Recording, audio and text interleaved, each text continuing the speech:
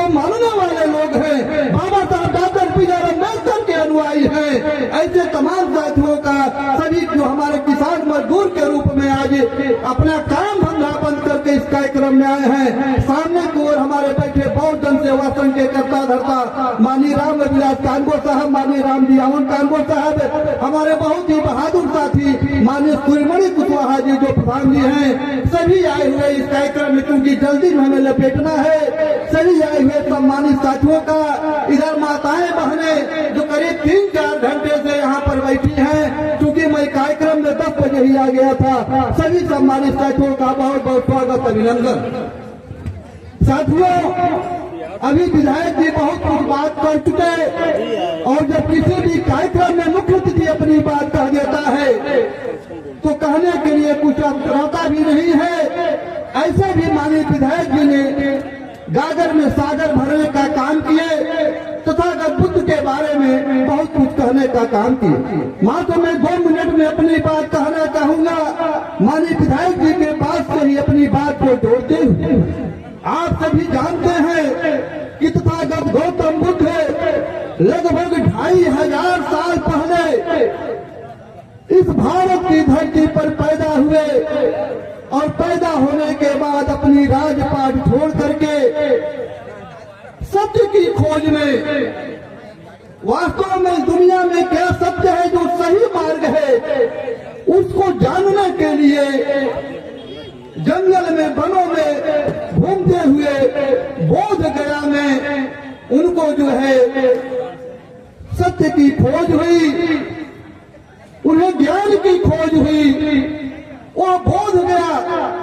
मैं उसका भी उल्लेख कर दूं साथियों, बोध गया जो पूरे दुनिया का सबसे बड़ा बुद्धा टेम्पल है, जो बुद्ध विहार है सबसे बड़ा इस भारत का और पूरी दुनिया का।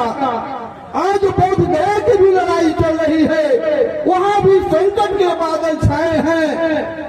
बुद्ध विहार को, जो हमारा महाबुद्ध विहार है, जहां तथागत गौतम बुद्ध ने ज्ञान प्राप्त किए थे, आज उस पर भी शासन और प्रशासन के द्वारा अवैध तरीके से उस पर कब्जा करने की, उस पर अतिक्रमण करने का एक साजिश चल रहा है। साथियों, हम आपसे निवेदन और अपील करेंगे कि आपको जब समय मिले आप एक बार बोध गया जरूर जाएं, क्योंकि मुझे समय मिला था, मैं कभी मगध विश्वविद्यालय के संबद्ध डिग्री कॉलेज में जब असिस्टेंट में प्रोफेसर था, तो मुझे बोध गया में जाने का अवसर मिलता था, तो मैं उस बुद्ध विहार में अक्सर जाया करता था।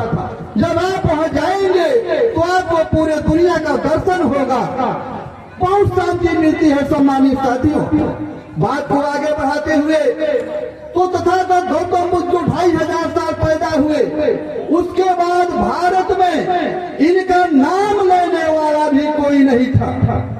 लेकिन जब मौर्य वंश भारत में शासक हुआ, चंद्रगुप्त मौर्य के बारे में आप जानते हैं, जो इस खंड खंड भारत को अखंड भारत बनाया, चक्रवर्ती सम्राट कहे, उन्हीं के वंश में अशोका दी ग्रेट पैदा हुआ। सम्राट अशोक के बारे में भी आप सब जानते हैं।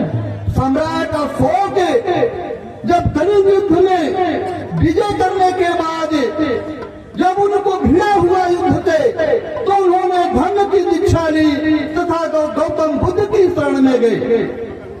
सम्राट अशोक अगर इस देश में शासक नहीं होते साथियों, तो तथागत गौतम बुद्ध को पूरे दुनिया में और पूरे भारत में जानने वाले लोग नहीं होते। धन्य है वो भारत का महान शासक सम्राट अशोक